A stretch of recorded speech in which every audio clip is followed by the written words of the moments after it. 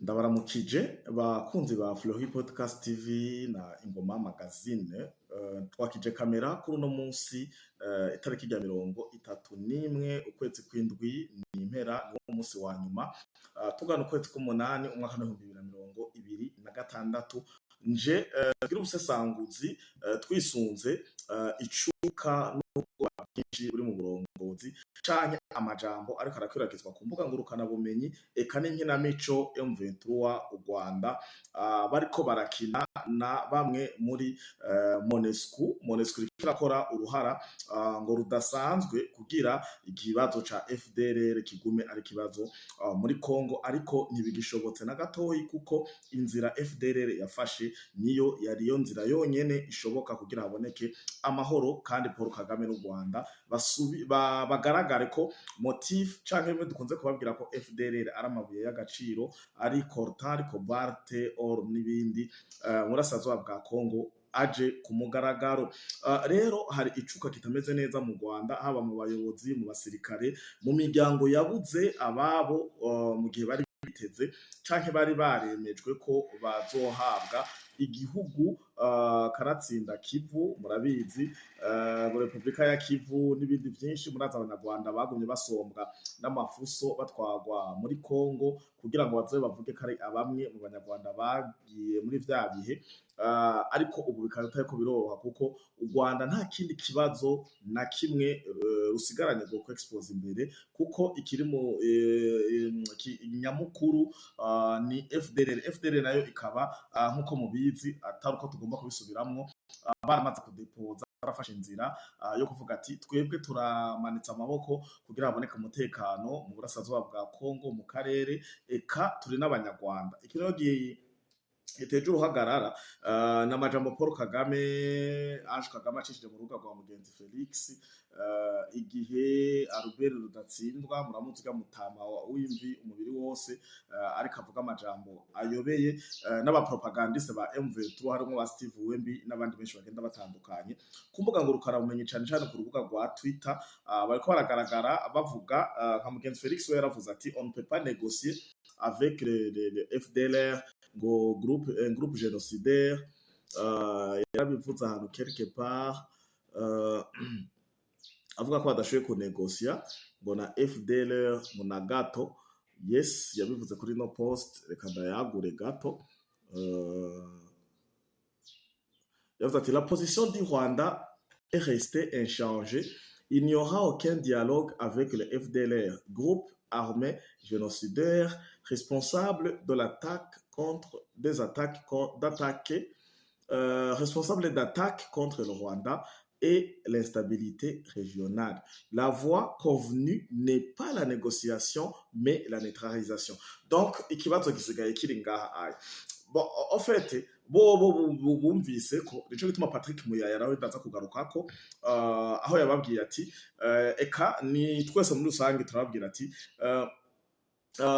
ababo bavuga ati bafatira kuri neutraliser bo bibaza ngo nukwica, kuko basinya amasezerano babwira ati on va neutraliser le FDLR.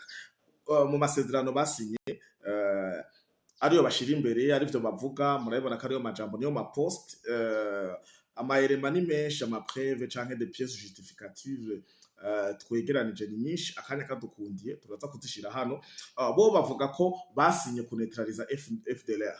Iyi neutralisation yabo bo ni kwica FDLR. Neutraliser c'est tuer pour le Rwanda, pour les inkotanyi. Neutraliser les FDLR c'est-à-dire on va tuer, kuko hari ahantu nabonye bavuga ati mu masezerano twasinye i Washington bavuga ko on va neutraliser les FDLR le long de 90 jours, donc 3 mois. Hari ahantu ngo bameranyije ko bazoneutraliza FDLR le long de 3 mois de 90 jours, donc ngo bazomara amezi 3 baneutraliza iyo FDLR, donc kwica FDLR. Nabo yo tuvuze FDLR mu kinyarwanda kizima ni babandi bitwa ko ari abahutu bagize genocide y'abatutsi. Nico gituma mubona yavuze ati un groupe armé génocidaire mu 1994 mu Rwanda. Rero inkotanyi zivuga ati dutegezwa kwica umuhutu wese w'umunyarwanda ari mu burasirazuba bwa Kongo, niyo neutralisation. Patrick Muyaya we azana n'indi siguro we avuga ko u Rwanda rufise instabilité, ubwoba n'ibindi vyinshi, um, ababwira ati mufise ubwoba nyabaki kubera iki mwapanitse mu gihe FDLR yafashe voie y'amahoro. Nico ngomba kugarukako gatoyi.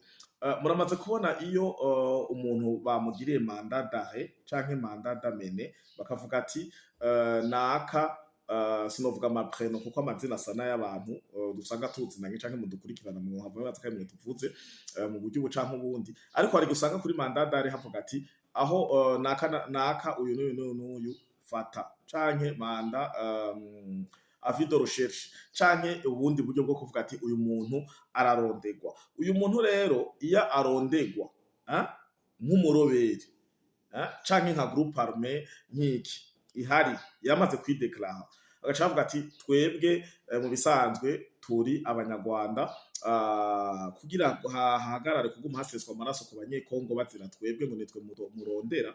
Je novuga FDLR umuntu yiyumviriye FDLR kiciyumvira ahantu bagikuye, ni icumviro kirimiye kandi icumviro c'abantu b'abagabo, kuko bararavye imyaka imaze motifu muri Kongo yo kwica no kwiba ubutare n'agataka ari FDLR. Bavuga ati ok, reka dukupe court, on va couper court cette histoire, reka tuvuge ko tuyamanitse, twemeye négociation, on va cantonner ainsi de suite, hanyuma comme on est des Rwandais, nous serons autorisés canke u Rwanda na leta y'u Rwanda bazotwakira nk'abanyarwanda hama dutahe muhira.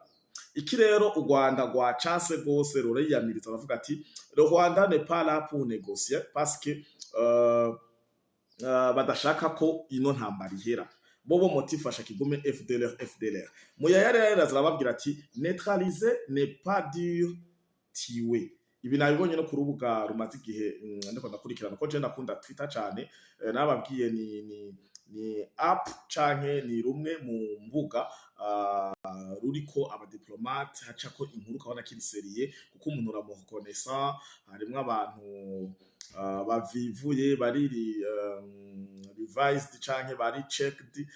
Dis-moi ni urubuga ruri diplomatique niko novuga ruriko indongozi zidasanzwe abakuru b'ibihugu iki habonye donc dis-moi murabona ko n'abarongozi n'indongozi z'igihugu cacu ciza c'u Burundi zora zikomunika biciye hajya kandi ukabona bagize ama screenshot biko biraca ku mbuga ngurukana bumenyi, ama group WhatsApp atandukanye.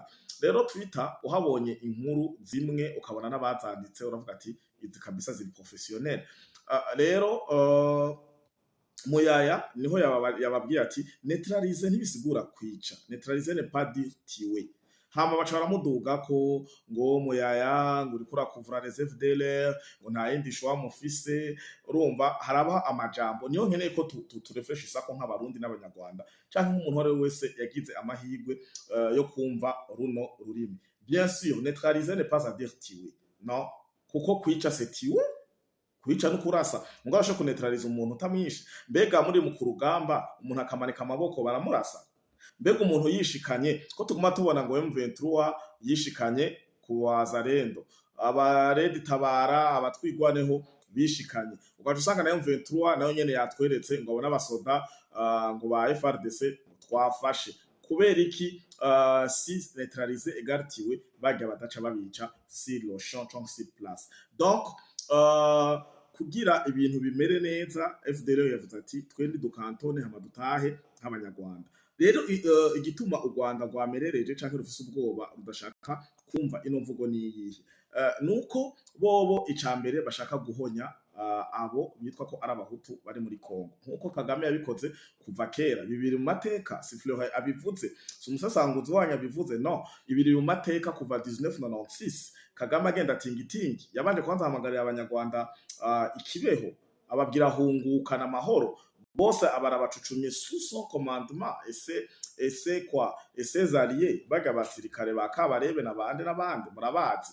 Kibeho yose barayikunguta, abantu bagira ku bihumbi 8 8000 utu tiwe dano kando Kibeho ahejeje saho gusa ni henshi mu Rwanda, ariko iyo yoyo irazwi muri très très connu et ni refrain yama yagarutse yaravuye mu Rwanda araja za Jabuka Kongo za Tingitingi n'ahandi hagenda hatandukanye arica umwana w'umunyarwanda aravuguta arajaniranya. Ibi ni ibintu bizwi sishaka kugaruka kuri ano mateka.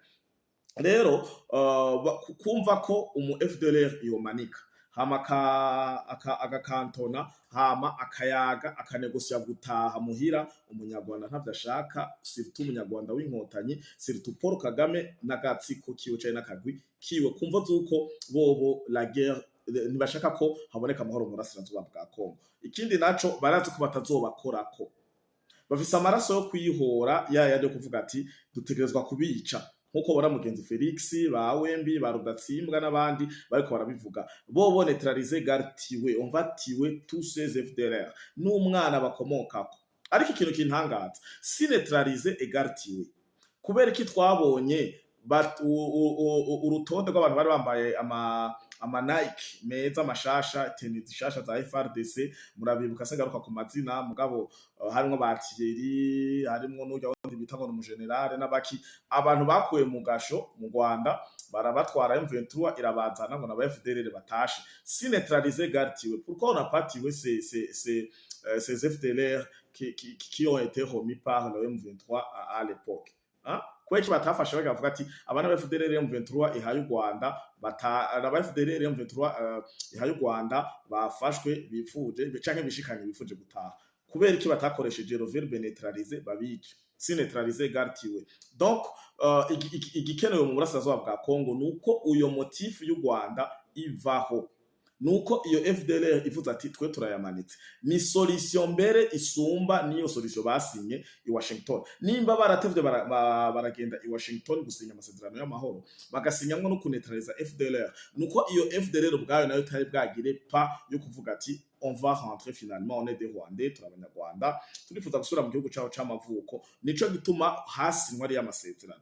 Ariko ubu leta zunze ubumwe za Amerika ziravuga ati neza na neza umuntu amanitse amaboko akavuga ati ndishikanye, ariko kugira sinzokwicwe kuko murabazi izi nkotanyi bagya ntebo kwishikana bareke guca babamanika ku bisongo. Rero les négociations que le FDLR nibaza ko bo bashaka c'est juste l'assurance et la protection, kuko sinibaza ko botaha mu Rwanda bakoroherwa nimba ari bangahe boshika babacucuma. Rero bakeneye ivyo, kandi igituma u Rwanda rutabishaka nuko itaho kanwa ryaba naho bazoba bagiye mu Rwanda, aho bazoba bari bazoba sous garde ya ONU canke MONUSCO canke ikindi gisata kizoba gihari mu Rwanda kijejwe kugarukana amahoro mw'isi, genre za ONU n'ibiki sinzi twazoba bagarukanye minuare mu Rwanda, ariko bategezwa kuguma bakingiwe bagirirwa suivi kandi bagirirwe réintégration sociale dans leur société,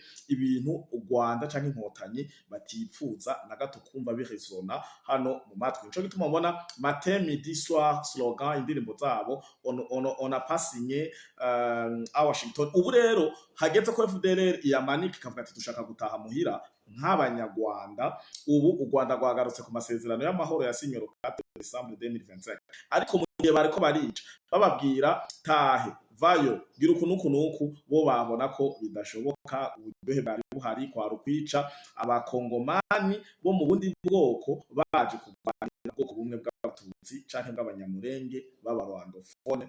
Urumva ko iryo arakambaro kibara. Ibi nama nabigarutseko sinumva kungene igihugu gifise amoko 450 wogenda gukingira ubwoko bumwe. Mbega ico gihugu wafashe ubwoko bumwe ukabumonta contre 449 tribus, ubwo bwoko buzokwigira bubaho mu mahoro?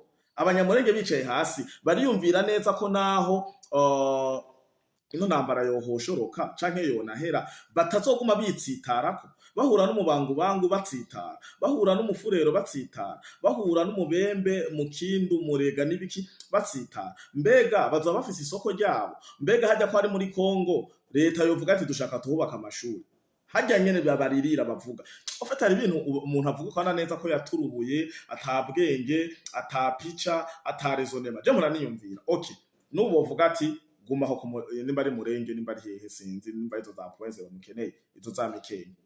Hanyuma leta ikavuga ati muratwe ata amashuri ariyo meza nta bitaro, nta kibuga c'umupira, nta zone, nta mutumba, nta gacimbiri, nta kintu na kimwe kiri administrativement reconnu canke échafaudé hariya mu Minembwe nabonye. Aho hose wumva bariko barazira n'ibishambashamba mwamwa bahabonye. Bagize ngo mwarabonye ahantu bavuze ngo ni université yari zitarenze ivyumba bitatu. Donc ni ibintu biteye n'isoni. None ko bariko baraharirira. Ubu ko bari muri Kongo baguma mu buyobozi bwa Kongo bavuga ati tugomba kubaka university bacavuga ati aha ushaka kubaka ibitaro aha ushaka kubaka gasho aha ushaka kubaka isoko aha ushaka gushira ikibuga c'umupira aha kajya gasozi kose bagakwiza ama infrastructure publique y'igihugu bokwanga bovuga ati muraduhohote nico bituma barakora ibintu ataresonema atabwenge na bumwe burimo ariko nibamenye ko 449 tribus ziri muri Congo zirevolse contre une seule tribu jawa ubwo bwoko bw'abanyamurenge nibyo ukunda amahoro nazo pfarabonetse mu kuja kuvugira ubwoko bumwe parce que nawe ugiye kuvugira ubwoko bumwe uko wica ubundi bwoko uba bahungiye mu Burundi ni benshi cyane na mamiliyoni n'amamiliyoni harimo ababemba abafurero abaki abarega abashi abagiye mu misozi itandukanye abagiye mu duce twenda dutandukanye nabo na yandi moko eske naba bashi boca bahaguruka bavuga ati abashi twarahohotewe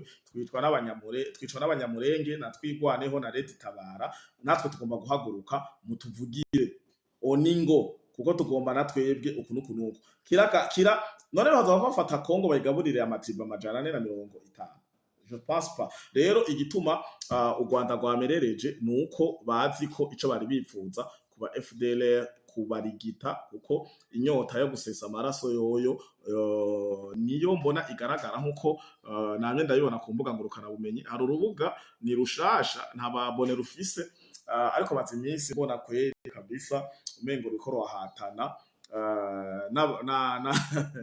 na bamwe mu banyarwanda urubuga rwitwa ngo zoom in and out urubuga nama kenshi iyo niko ndascrollinga naramaze kurufollowinga sinobesha nararipostinze na post yabo imwe yes okay ubwo rubuga rero ruriko rubabwiza ukuri nago nyene naho ntashatse kugarukana ama screenshot noba nagize ariko ngo magaruke hano iyi ni ya foto mwabona mugenzi Felix apostinga ari we Ange Kagame iyi murayibona iri ngaha kuri post ya mugenzi Felix niyo iyi foto iriko iyi foto gitwa nayifashe ukwayo nshaka tuyirabe handitse ngo pour la RDC bivya postinzwe na mugenzi Felix pour la RDC ivyo twasinye ni ibi neutraliser le FDLR kuneutraliza bo rero bazikarukwica nibisigura ko mu FDLR yashoboye gutaha mu Rwanda uyo mu FDLR yashoboye kumanika amaboko agatahanwa mu Rwanda nk'umunyarwanda ico ngira ntigisona hakandikwa ngo favoriser le rapatriement des membres FDLR au Rwanda none Congo RDC bayivuze ngo RDC ngo yagiye gusinya amasezerano ngo na FDLR yo gushira ibigwanisho hasi bakantone batahanwe mu gihugu mu byo twe ntavyo twemera aka kantu akagatire ka kabiri kanditse ngo favoriser le rapatriement des membres FDLR au Rwanda umuntu aba membre wa FDLR mu gihe atakiri umugwanyi donc kugira abe umumembre wa FDLR kumbure novuga ko il y a des membres quoi abangira baba finance bagira iki nibindi sinibaza ko basinyiwe nga aha bisigura ko ari mu FDLR ademobilizwa akakwa ijya nko hakamanika amaboko akademobilizwa agakantona akademobilizwa hanyuma agataha mu Rwanda nk'umunyarwanda pour la RDC niho nkiri hari akazingi karusha iyi ni post ya mugenzi Felix yashatse kugaragaza ko ari byo bintu Kongo yiyemeje n'ibintu Rwanda kwiyemeje neutraliser le FDLR kuneutraliza washe kumufata ari muzima hanyuma agatahanwa mu Rwanda canka kayamanika hanyuma bagasaba assurance na protection bagatahanwa mu Rwanda niyo négociation bakeneye hanyuma favoriser le rapatriement des membres RDC nta yindi façon nimwe iza gufavoriza rapatriement des membres FDLR bafise inkoho barasa bica bihora barasana na M23 barasana na twigwaneho kugira iyo favoritisme ihabe nuko ba kantona bakademobilizwa nibaza ko arico FDLR naco nyene yakoreyeko iyo tire ya kabiri. Hanyuma garantir les conditions d'une paix et d'une stabilité durable dans la sous-région des Lacs. Ici, Congo aussi garantit ça, c'est le Rwanda aussi, parce que maintenant, c'est celui qui sème l'insécurité dans la région des Grands Lacs et dans la sous-région, c'est le Rwanda qui a envahi la RDC. U Rwanda niko rwateye RDC, izi mpunzi, aya masasu, aya manama, aya mabije y'ibihugu atandukanye zindongozi ziguma ziruka mu manama yo kugira haboneka amahoro mu burasirazuba bwa Kongo. Aba bakongomani FARDC, Wazalendo, abarundi bariko baragenda kuzimya umuriro hariya hakurya mu burasirazuba bwa Kongo. Ibi vyose ntivyari bikwiye u Rwanda rutaja gutera no kuviola amategeko n'amasezerano ndengambibe kandi na souveraineté y'igihugu. Hanyuma itire ya kane kuri Congo handitse ngo protéger la population et assurer le retour des déplacés dans leur milieu d'origine. Ibi vyo ni ngombwa parce que c'est la RDC doit accueillir et ouvrir les portes aux Congolais qui veulent rentrer à la maison moyennant canke ibidepandama yuko hazoba ari amahoro. Ntibazotaha mukiriko murica. Raba ubu Minova umaze kwica abantu bagira ngo ku majana 2 ngo nuko banse kuja mu myigaragambyo mwateguye. Goma abagera mu 30 murabarembeje. Bukavu hoho igiti kirisi ndakimenya, ariko ibi bikiba iyi rapatriement ntizokunda. Bon yes, i retour des déplacés ntizokunda. U Rwanda nako guyemeje iki? Désengager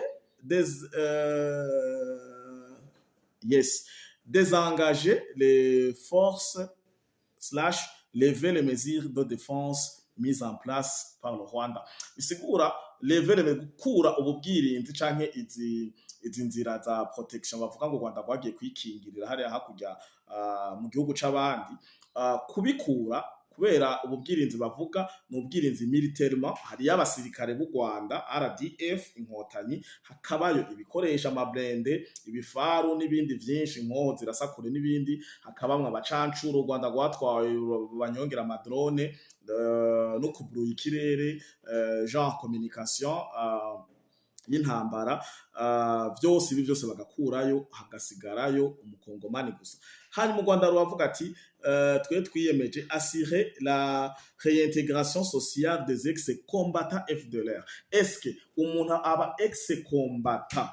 Niho nkene k'abanyarwanda batahura hano badukurikirana n'abarundi mufashe kubatahuza. Est-ce que umuntu aba ex-combattant gute?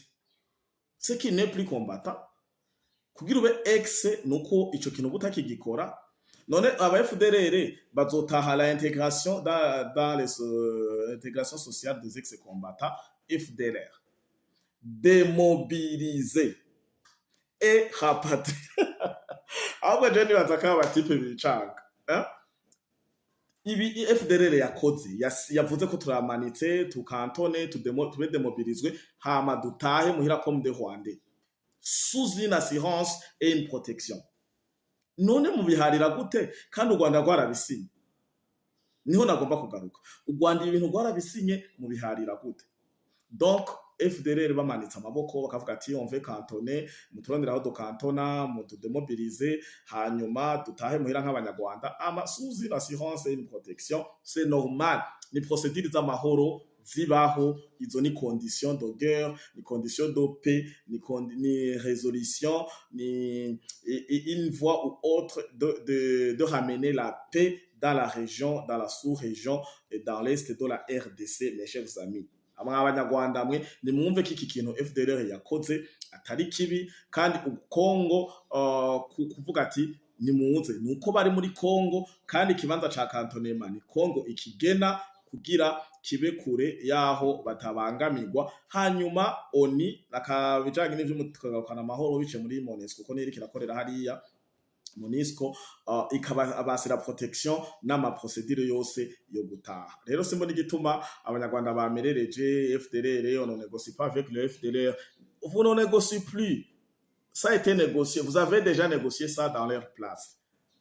Ndibaza ko iki ni ikintu coroshe cyane kandi coroshe gutahura. Inkinamico rero ihari ndaza ndayibabwire ni hano.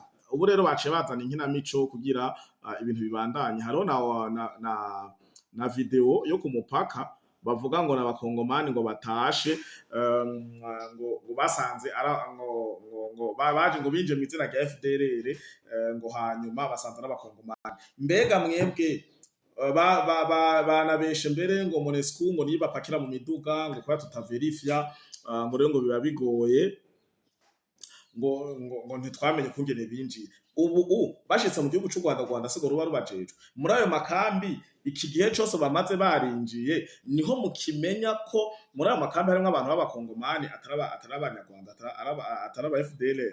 Donc stratégie zabo zose c'est mensonge sur mensonge. Uyu Daniel Micombero yandika ati ni umwe mu bamenyesha makuru abikora neza. RDC Rwanda, plus de 30 personnes présentées comme des FDLR par M23. Nabo nyene niko bivugiye ngo par M23 refuse d'être transféré au Rwanda, soi-disant congolaise.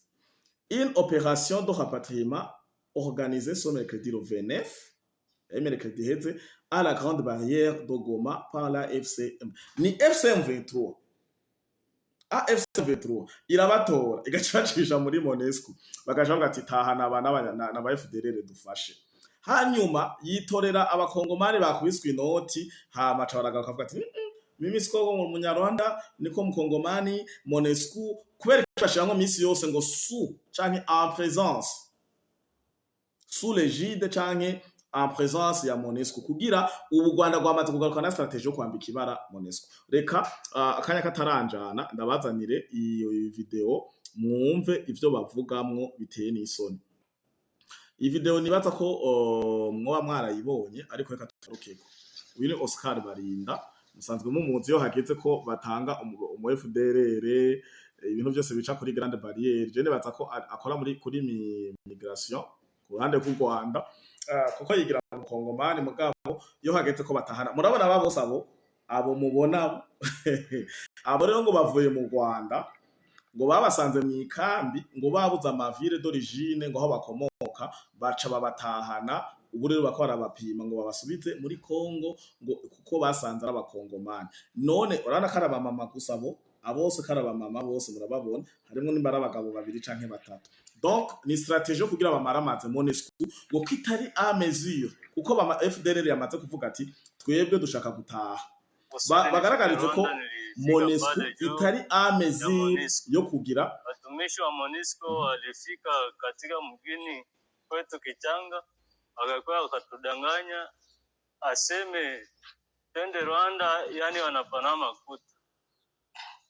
Wakatukamata wakatufikisha Monusco hapa Saki. Kufika pale wakatukamata wakatuweka Rwanda walitupokea mzuri sana, hawakutubagua, walitukamata kama wengine.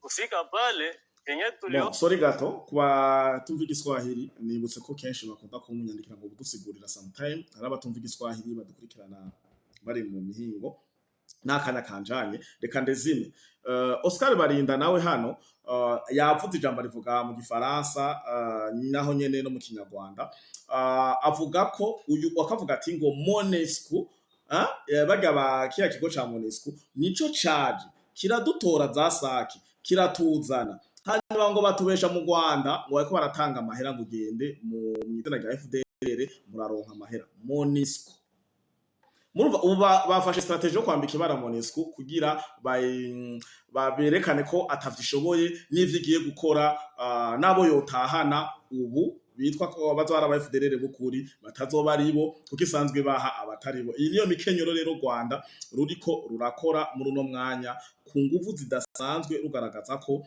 Monusco atacishoboye atakintu na kimwe ishoboye. Uyu ni umwe mu bashikirije ico bashikiriza muri ubwo buryo. Reka ino video ndose akanya ndaza kwibaha yose mwumvirize Oscar Barinda n'ivyo bavuga mu kindi kiganiro kuko akanya karaturega. Mbaza ndabakengurukire rero, nashatse gukoresha umwanya uri concentre uri hamwe, nico tuba tutasizemwo akaruhuko, tutasizemwo ibintu birebire, ariko nkengurukiye mwe mudahesha kudukurikirana kuri Flow Podcast TV na Ingoma Magazine. Mukomeze kugira sabone na subscribe, akanya karangora, ibihe mitiyemwo si vyiza n'ibihe ndimwo, nama nabibabwiye, ariko hamwe n'ivyo n'urukundo ndabafitiye, nta muntu yampamagaye, nta ndankorera ntaki, n'ubwitange, no gukorera ubushake, no kugwanira igihugu canje, ituze nitekane mu karere. Kongo ni muhira, abakongomani nabi wacu, abanyarwanda nabi wacu, kano karere kwese turi bamwe kiretse